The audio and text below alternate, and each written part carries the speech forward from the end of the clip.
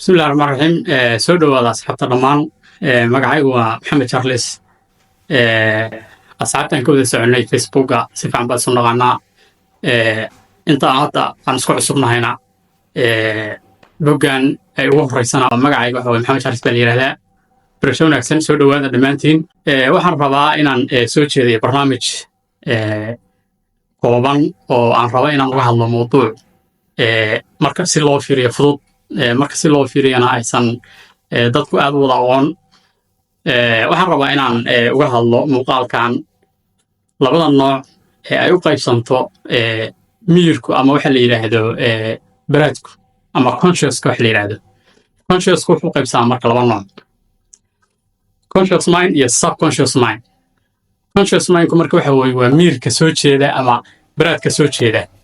waa midka hadda anigu aan ku hadlayo ku sheekaynayo adigu aad muuqaalka ku daawanayso qofku waxa uu qabanayo dhammaan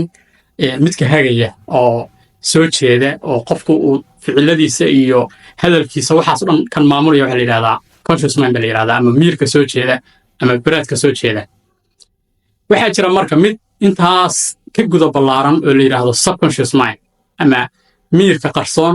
sidoo kale baraadka qarsoonna waa la odhan karaa conscious mindku marka waa qaybtaas loogu talagalay inay aruuriso dhammaan waxyaabaha intaad nooleed oo dhan aad experience garaynaysa ama aad la kulmaysay ama waxa la yidhaahdo ficiladaada mataqaanaa meel kastoo aad martay wax kastoo aad la kulantay waxaasoo dhan bay aruurinaysaa qaybtaa marka subconscious mindka adiga wax amara kaama sugayso markay wax aruurinayso ama ay wax xaraynayso waxbaa lagu guraa waxaas marka waxay u qaadanaysaa si mataqaanaa adiga aadan aysan kaa weydiinayn bay xogtaa u aruurinaysaa xogtaa markay aruurinayso isla adigii bay hadhow kugu amraysaa kugu maamulaysaa inta marka aad consciouskaaga intuu maqan yahay ama qaybta aan niri waxa la yidhahdaa miyirka soo jeeda marka ay maqan tahay oo aad wax kale aadan dhaadanayn ama baraadkaagu maqan yahay oo waxa ku hagaya subconsciouska ku hagaya qaybtii waxa ku hagaysa qarsoonayd miyirka qarsoonaa miyirka qarsoonaa marka waxay haddii aan mataqaanaa sharaxaad ka bixinno waxa uu aruuriyaa ilaa iyo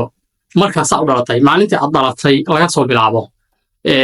saqafkii guriga meeshaad ku dhalatay indhaha ugu horreeya meeshaad ku dhufatay ilaa hadda yooma haada waxa indhahaagu qabteen iyo wax dhagahaagu maqleen baa ku jira dhammaan waxaaso dhan xogtaaso dhan waxay ku jirtaa miyirkaaga qarsoon laakiin in mataqaanaa marka adigii kama warqabtid xogtiina ma wada heli kartid hadda laakiin waa wax markaa kugu jiro oo miyirka qarsoon kugu kaydsan wey qaybtan marka subconscious mindka iyadu waa saas waa wax mataqaanaa noloshaada oo dhan ku maamulaya habdhaqankaaga waxa samaynaya waa iyada wayna adag tahay qofku hadduu habdhaqanka marka tusaalaanta qofku rabo inuu habdhaqan cusub sameeyo oo kale ama habdhaqanka hore uu iska bedelo oo kale waxaa ku adkaanaysa inuu iska bedelo sababtoo ah habdhaqankaaga waxa samaynaya waa subconscious mind ama waxa miyirkaaga qarsoon waxa ku jira keenaya si marka aad wax uga bedeshid subconscious mindkaaga xogta ku jirta waxay noqonaysaa inaad conscious mindkaaga isticmaashid miyirkaaga soo jeeda inaad isticmaashid si aad marka u isticmaashid waxay noqonaysaa inaad marka ka celcelisid wixii marka waxa wax looga gooyaa miyirka qarsoon marka ka celcelin waxaana wax lagu geliyaa ku celcelin yacni waxaad samaynaysaa markaad rabtid inaad wax cusub xog cusub aad miyirkaaga qarsoon u gudbisid ama subconscious mindka waxa la yidhaahdo waa inaad ku celcelisid wixii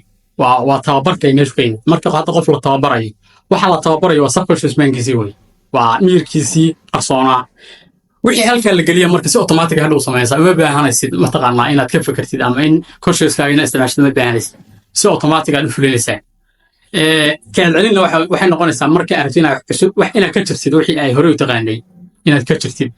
marka habdhaqan aad lahayd oo kale rabtaa inaad goysid oo kale habdhaqanka marka si awgeys waxay noqonaysaa inaad ka celcelisid marka ka celcelintaasa wax looga jaraa ku celcelintana wax waa loo geliyaa waa qaabka mataqaanaa adigu marka aad u maarayn kartid weeye laakiin waa qaybtaas ballaaran oo miyirka ah oo ilaa dhalashadaadii ilaa hadda kula socota oo xogtaadii oo dhan haysa aruurinaysa waana qaybta ugu ballaaran miyirkaaga qaybta soo jeedana waa qaybtan ka hadalnay waa inta aad soo jeedid keliya shaqaynaysaa waxaana ku shaqaysaa waxa la yidhaahdo working memory iyadoo mar kale aan ka hadli doono mawduuc kalaa macnaa xusuusta diyaarka ah qofku marka uu hadlayo ama ficilku samaynayo waxay ku jaango-an yihiin xasuusta marka maskaxdiisa diyaar ku ah maskaxda laga hadlayana de waa conscious mindka waxaan rabaa marka in dadku badanaa wax isku khaldaan maskaxda iyo maanka oo wax yar aan mataqaanaa labada aan kala saaro ama mawduuca aan aad uga fogaanayn kusoo noqonaya maskaxdu waa qaybta biologiga iyo waxa la yidhahdaa brain baa lagu yidhahdaa af ingiriisiga waa qaybta biologiga ama mataqaanaa maadiga ah laakiin mind waa qayb ka qoto dheer oo aan la taaban karin oo aan maadi ahayn marka man baa la yidhahdaa soomaaliya mind man brainkana waxa weye waa maskax marka saasay u kala duwan yihiin waxaan ka hadlaya marka oo conscious mindka iyo subconscious mindka kala leh waa maanka ma aha maskaxda maskaxda maanka wuxuu ka leeyahay marka subconscious mind iyo conscious mind marka mawduuca waxa weeye si mataqaanaa gola kafuur aan u bilaabay haddaan ku wadaa waxaan rabaa marka inaan intaa kusoo dhammeeyo oo aan muuqaalka uusan nala sii dheeraan muuqaalla intaa kasii badan baan soo wadaa aan rabo inaan mataqaanaa mawduucaas la xiriira miirka iyo maskaxda iyo culumta badanaa ee looga hadlo waxa la yidhahdaa kasmanafeedka ama psychology ama cilmi nafsiga iyo neuroscience-ka iyo waxyaabaha noocaasa culumta looga hadlo baan rabaa inaan mar gaar uga hadalno laakiin hadda kan wuxuu iska ahaa waxa la yidhaahdo introduction ama hordhac marka waa inoo muuqaalka